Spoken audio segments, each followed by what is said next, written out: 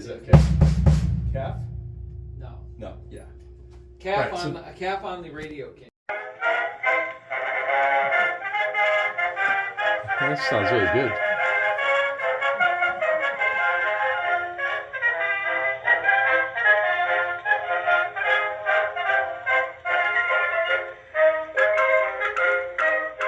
A bucket.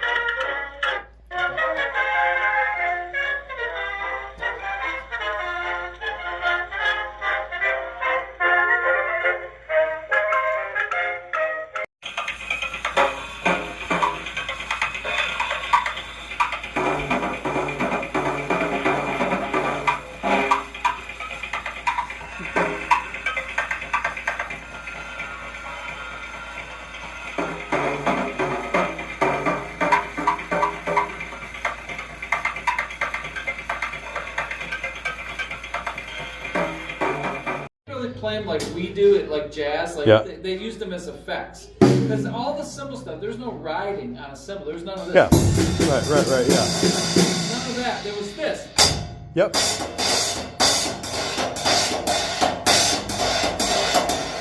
That's what was going on. Just a lot of a little tap. You get that. So the cymbal wasn't barely used because they'd go.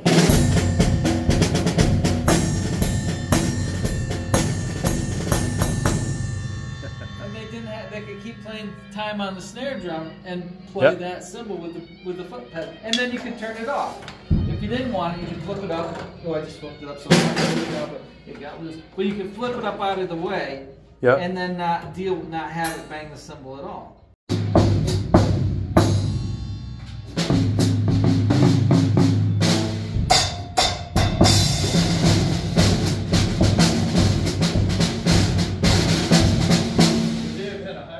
We'll be really fascinated by I was this. looking at that. That's the low boy, right? So that's the first Ludwig lowboy. It's called the Charleston pedal. Okay.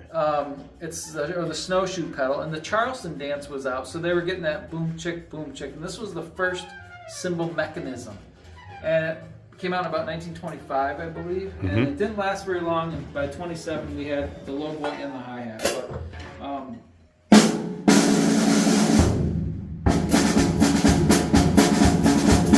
we had stuff like this.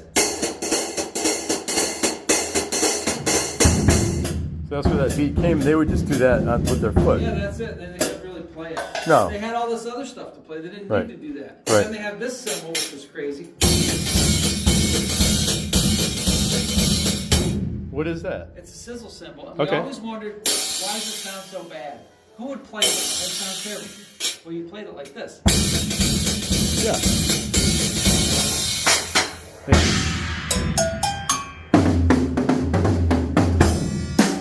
And it just cut through. Yeah, that's great. Exactly.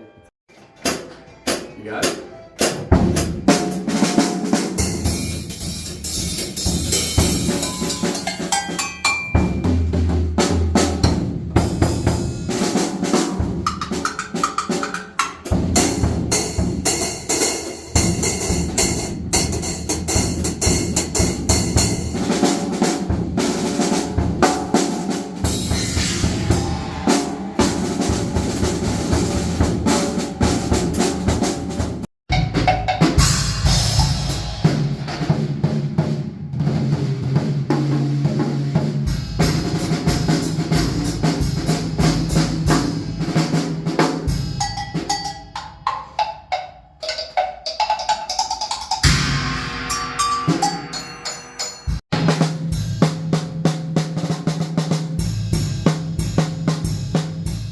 Got this set from a guy out in Niagara Falls area. Came just as you see it. I had to add a couple things that he didn't have, but even this cool first, this is like one of the first canister thrones ever made. Oh, yeah. It's metal, but it's just got some really great logos on it, and it's just really cool. But and he had the orchestral snare drum. But this snare drum is fantastic because it's a super sensitive.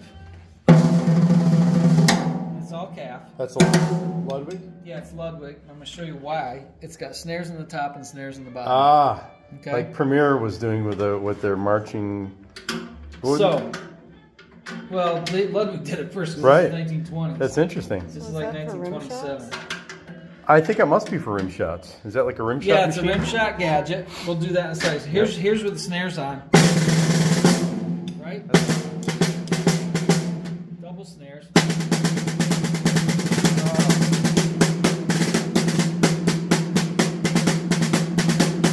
That sounds great. Isn't that Wow, cool? yeah, that sounds really cool. So, yeah. This is one. So Slingerland Black Beauty is in the top 10 rarest drums on the planet. Ask Steve Maxwell because he sold one for $23,000 to a friend of mine. Wow. There's only 20 known in the world. 2 of them live here. Wow. We have 2 of these bad boys. And That's Slingerland Black Slingerland Black Beauty, because they were made in 1928. Ludwig had already been making them for since 24. The Zildjian factory. It just didn't take off, you know. So there are like 3 known. In the world. So you would get different hi-hat sounds. Yeah. So you got the ones like you had with. And then you have this one. So you could do whatever you want, but you could also just do if you wanted that sound. Yeah. And then this is your plan. Then you could, but yeah. So you have two different sounds going on. And that's Wahlberg. Yeah. Oh, geez, I'm gonna try these. And they're just Ludwig temple blocks, right? Yeah, they're called solo blocks. Okay. They come close to the granite blocks, but you know, because the kids always would break the other ones. He with Slingerland came up. He's the first person to come up with the tunable tom top and bottom.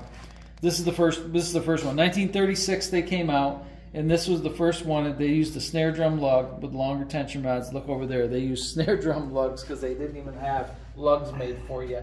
This is a really rare set because this is a 12-inch tom, 14-inch tom, 16-inch floor tom. The bongos were introduced in 1940. This is a Gene Krupa model snare drum, and this is a 26-inch bass drum. So they actually pared down the bass drum for him.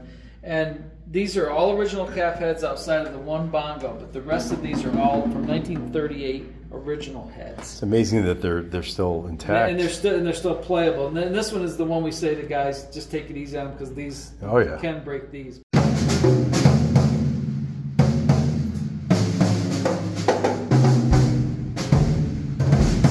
This one, Steve.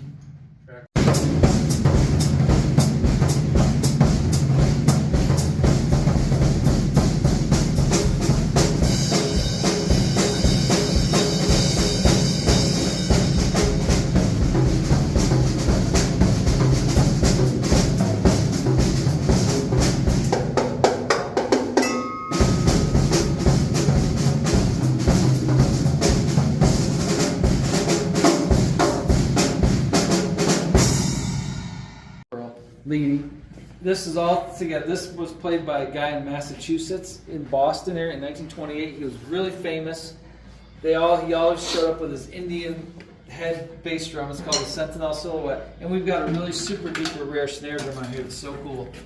Again, It's the Leedy Do-All. Snares in the top, snares in the bottom. 5.5 by 14 in black onyx pearl in mint condition with the original Leedy head on it. So.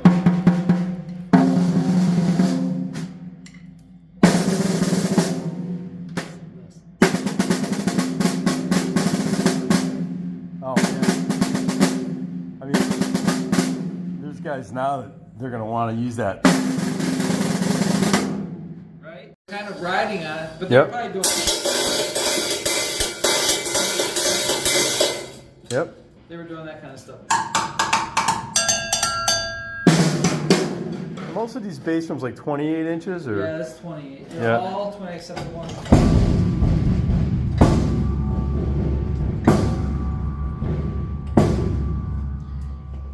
Pretty crazy. Yeah, this one's like a Tego drum.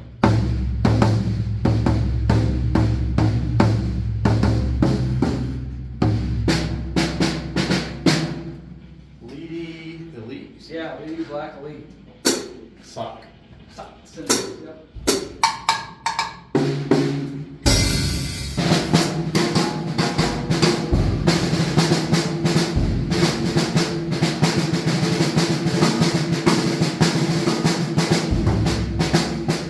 Except the bass drum, but like this head was broken, that head was broken, and he had I said, I don't want it. I said, what do I want with these open? He says, no, this is a rare set. He goes, it was only made for 1 year, 1941, by WFL. It's called the Deluxe Marble Kit. He goes, and I bought it in Oneonta 40 years ago out of an old music store there. Here, wow. Yeah, so I said, all right. So I said, okay, I'll buy it. So I bought it, and thank God I did. It's in mint condition. It's got a little bit of rough right here on the snare, but nothing, hardly nothing. It's got the Zephyr lugs. It's got the partial labels. I cleaned it up, of course, but put new heads on it. But it sounds great. It's a Ray Baduke model, and it's a really rare drum set, and it sounds fantastic. So it's so that finish is interesting too. Yeah, it's all hand painted. Yeah. Yep.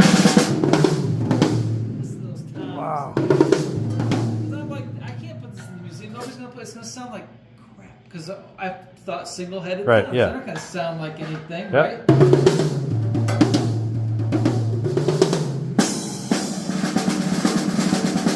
Snare drum sounds great. Yeah. He had a fiber skin. That's why I left it because it was like it's tuned. It sounds good. I tuned it up. Is that 7 or 8 inch? You know? It's, I think it's a 7. Yeah, it's pretty deep. Yeah. So everything that I put everything back to catalog picture perfect on it. It's a fun set to play. I just love it. I think it's a cool set. Right to start with the This sounds great.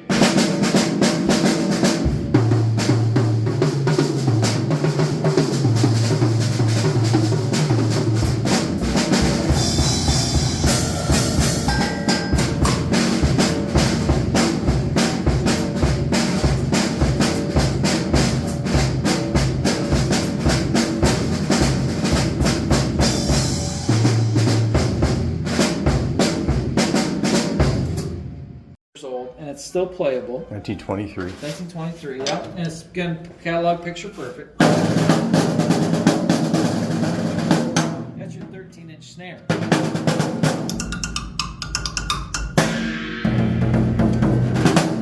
That's a 24-inch bass drum. I like how narrow it is. Too. Yeah, but it's narrow, so.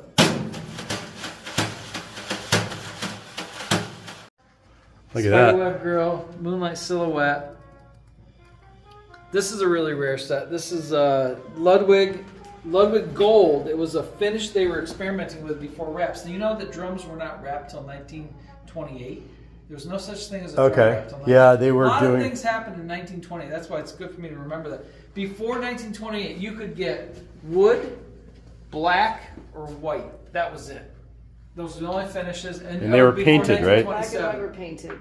Painted white, painted black, or natural finish. 1927, Ludwig started experimenting with a sprayed-on gold finish, and this is called Ludwig Gold. Now it's aged and it's gotten darker over the years, but this is a great example of it with the snare drum, all original with cap heads, a super model.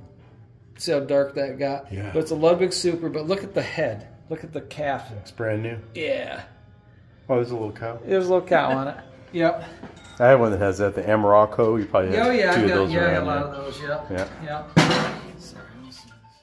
Wood blocks. They were Ludwig's 2 wood blocks, and usually you only ever see the big one. You never see the little one, and I have both on this one. That's a fun set to play. That's cool. Here.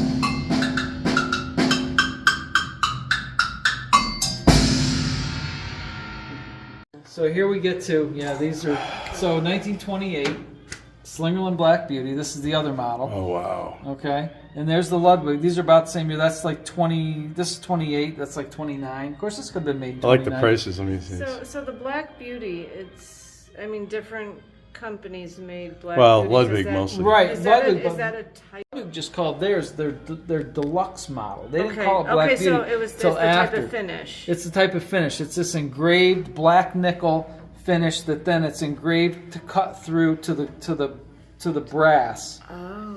And again, a Slingerland drum is just here. It was on the cover of the catalog, or the back cover of the catalog. I've blown that up, obviously. So it's just one of the rarest drums on earth. You know, it's, there's 20 of these known. 2 of them live here. So Is this the one that was going for like 20 something grand, or? my friend paid $23,000 for his from.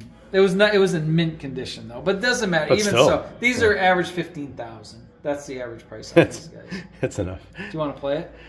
I'd love to.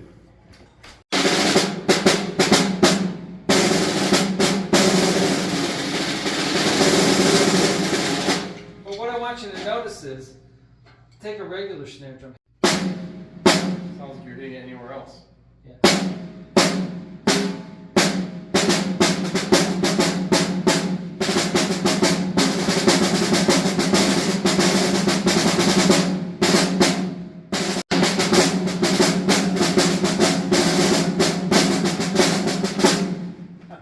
Was in the catalog, and it was a gold model, just like Ludwig's Gold Triumphal. Yep. But none have ever been found.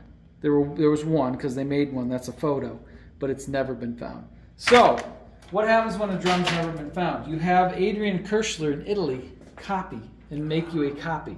Oh so my that's gosh. 24 karat gold plated, hand engraved, all handmade Oh my god. for the museum for me by Adrian. Wow. It's a 6.5 by 14. You want to play it? Yeah, I'd love to. Oh, man. He specializes now in orchestral drums. Really? He makes really unusual orchestral drums that have snares that like fan out across the whole bottom, so every spot is a sweet spot. Adrian Kirschler, Kirschler. Okay. Italy. He's an Okay. Italian. Yeah, Alright. he made the Ludwig copy, the Gold Triumphal 100th anniversary copy. Yeah. He made it, and it's like he copied it exactly. How many did you say there were ever made of these, or just None. none? Well, So- one, so it's but a it's never been found. prototype Well, it's and then- one, and they photographed it for the catalog, but Okay. it's never been found. It doesn't exist. It's the wire wrapped cord, right? Cotton. Is this a calf? I think it is. Yeah, it's a really beautiful calf. Yeah.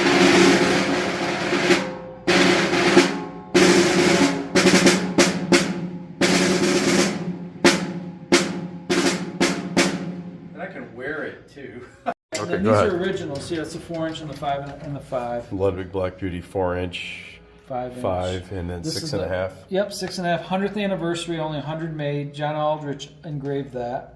When would this have been about? No, 2009. Okay. Because that's when Ludwig got in business, 1909. Right. So you want to see the rarest thing in the museum? Of course. The rarest thing in the museum is, we're going to talk about it real quick. You know who that is? So in 1941, Amy would probably know. Let's see here. What are we looking at? 1941, Gene Krupa, this is Bud Slingerland, Mr. Slingerland. They put on a national swing drummers contest in 1941.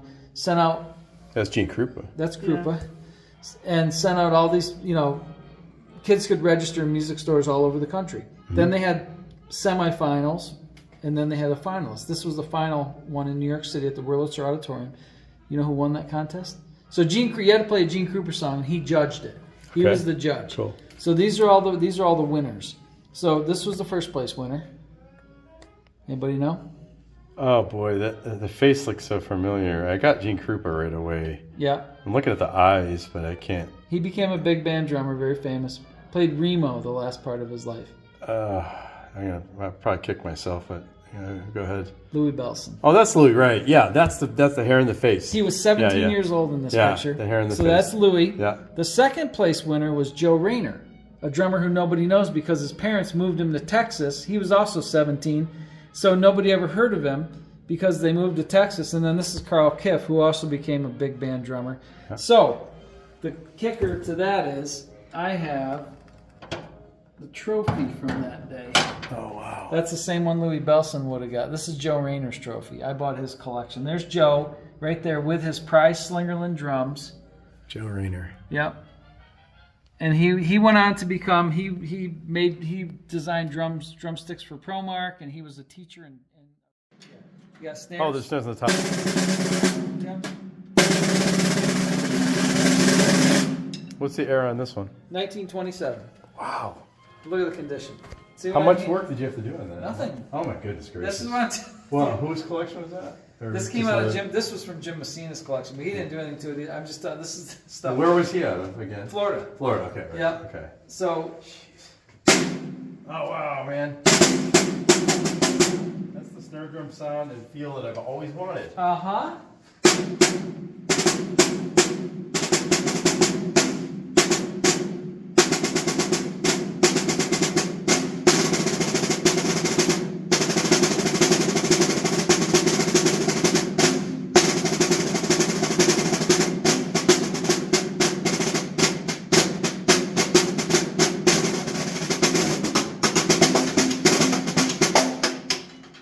Off. A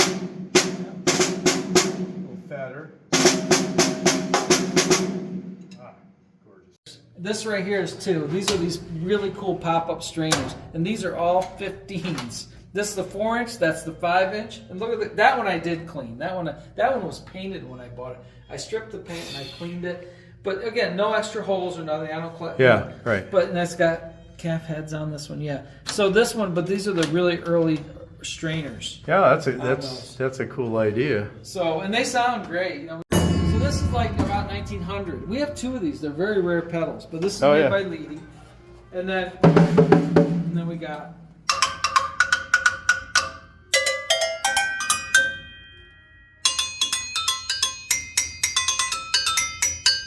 That's where Neil got all the ideas. Yeah. You know, Neil Peart got all the ideas to Yeah. use cowbells Yeah, and tune exactly. cowbells. He loved all the cowbell Yeah. stuff. You got that one, and then you got a squawker. Ah.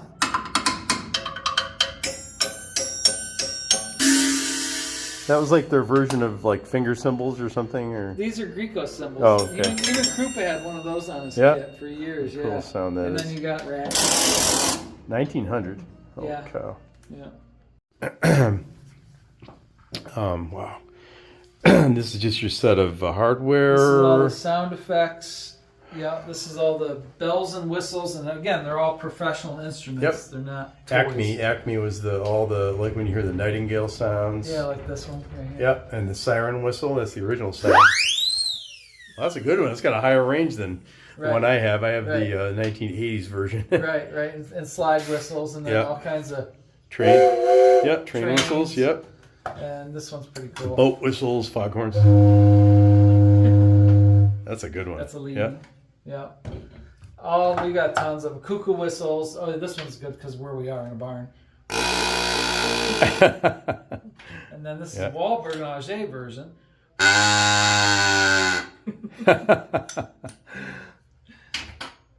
And ratchets and you name it. And then Yeah. we got some. This is fun. So this is actually a dog bark, which I don't really get it, but they say it does. But if you're watching a dog on the screen, it's like a lion's roar. Yeah, Dog that sounds bark. like it. Yeah. Okay, yeah, but this one does. This is the lion's roar. This is a Ludwig. That's what a lion roar is supposed to sound like. Not. Yeah, that sounds Yeah. great. And it's got the built-in amplification with the Yeah. box, right? Right, Yeah. it does. Yep. Ah, cool. Is that cool? That's one of my favorite sound That is a great sound effect. Yeah. And then some really rare ones I have are like, there's like Bill Ludwig has one or two of these and nobody else has any. This is the shotgun sound effect, Sure Shot. You put Okay. 32 blanks in here. Oh. And you hit it. Bang, bang, bang, bang. Oh bang, yeah, smoke goes loud out. as anything, right? Yeah. Oh gosh. The Surefire Machine. That's a super rare thing. Ludwig. Yeah. Bill Ludwig. I have one sort of like that with two. That's three. That's great. Cool. Yeah. Yeah. And then my pedal collection. Pedal collection's great. Wow. All kinds of pedals. This set's cool because this is, you see the picture on here? This is the kid standing behind it the day he got it in 1936. And he played this set. He opened for Artie Shaw with this set in the 40s. And then everything came with it. I added those 3 Chinese toms for fun, but everything else was with it. Were the blocks in this condition? Oh, yeah, they're mint. And he gosh. kept them in because look what he did. Ah. He put rubber. Smart. These are his sticks. Yeah. And they're mint. And these are. Yeah, these are always cracked when you Always, find them yeah. now. Yeah. clanger.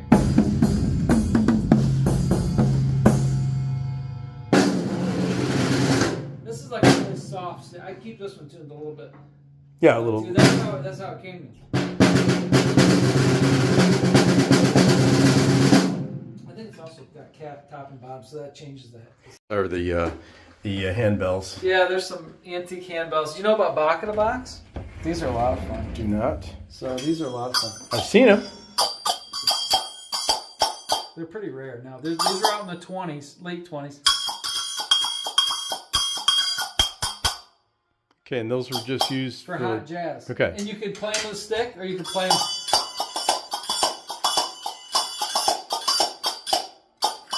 And a lot of recordings, that's all you hear. Yep. So those are fun. And then you go to the next level as you go to the Gladstone cymbals. Billy Gladstone invented these. And if you turn around and look right there, look who's playing these. You know who that is? Chick Webb. Oh, yeah.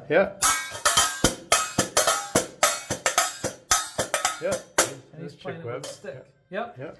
So he's playing a pair of these. And these are on a lot of recordings.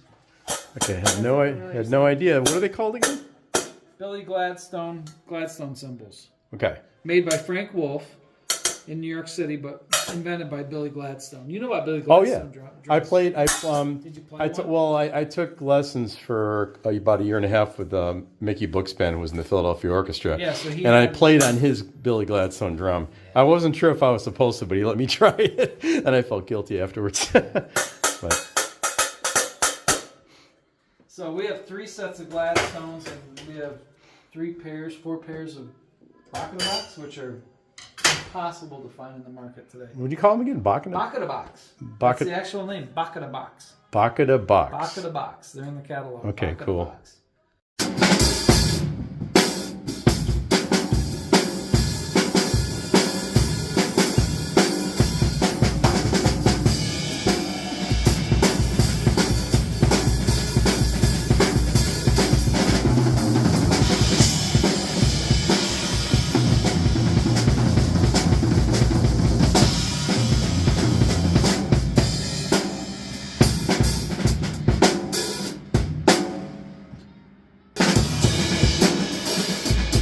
I'm not doing it right either, but close as I can get. Now, just for fun, go play the Big Monster Kit. That's another Ludwig kit. That's a limited edition.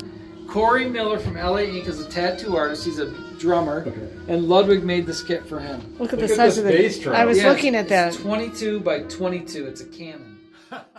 For the double bass drum pedal? Is that what everybody does? Because I have my double bass drum pedals together. I put mine on the outside. That makes total sense. That's my version. So your hi-hat's on the inside. That makes sense. Oh, I'm an idiot. Well, well, thank you. That's a good takeaway from today. Everything else is too. And then you can. You're a little loose there. It might be. Just a little. That's got the quick release on it, so you can, if you're playing rock, you can just flip that lever down. Yeah.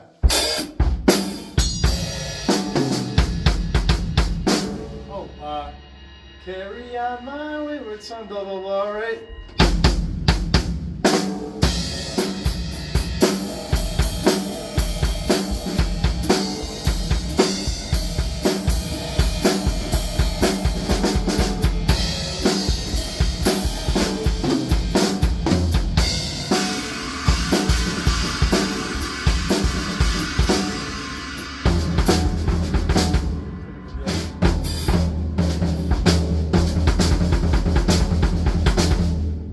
Assault and Battery Genesis. I copped this lick that Phil Collins did, and it took me forever to learn it when I was in college. Let's see if I can still do it. I was wondering how he did it. It's like there's 16 notes, but he only has one bass drum. So.